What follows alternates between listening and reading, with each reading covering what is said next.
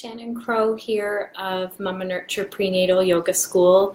I'm also the host of the Connected Yoga Teacher podcast, and I wanted to share a pose today that I absolutely love.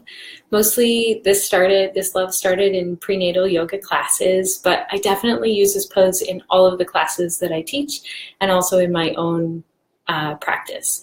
So it's called Reclined Buddha, or that's what I call it. It can also be called Reclined Goddess or Vishnu's couch, and one part of this is also like a reclined dancer pose. So for those students who have anything going on balance-wise, it's a nice way to get into the legs in the way that we would, say for instance, with a dancer pose, but doing it reclined. Also, there's one part of this pose that can be used as a birthing position, so I always like to let prenatal yoga students know that.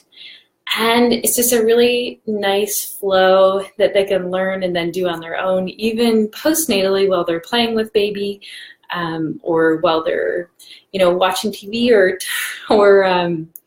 doing something else. They can kind of get into a little mindful moment. So for new moms, it can be just tiny moments. Okay, so first we're going to come down to lying down on the side. And you're going to lie down just like you're sitting in an imaginary chair. Students can prop the head up or put a pillow there. That's another option. So we work at stacking the hips and stacking the knees first. So we kind of hang out there and sink into that, let the ribs sink down, and we're just enjoying this little stretch. So you can imagine prenatal yoga students also have a little time where they can connect with baby here. And then we're going to, on the exhale, hug that top knee in.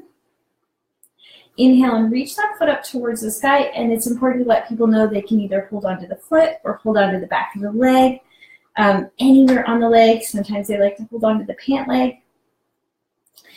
That's the inhale, and the next exhale we hold on to the ankle and just bring that foot back behind. Now we can let the shoulder open and let the leg open, but we want to keep ankle in line with knee, in line with hip.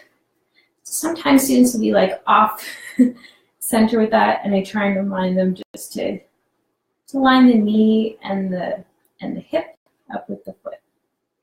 And then they'll stack the knee again. Now they can go at any pace here, and I also like to invite people if they think, I want to get into that a little bit more, or I want to change where the direction of that foot is, they can do that. Sometimes they like to stay for another breath. And one thing to add here is the birthing position of this is right here. So we hug this knee in, so you can let moms know that if they're asked to lie down or they're just feeling tired, or sometimes during delivery, this is a nice alternative to lying on the back. So it still gives pelvis lots of room, gives tailbone room to move.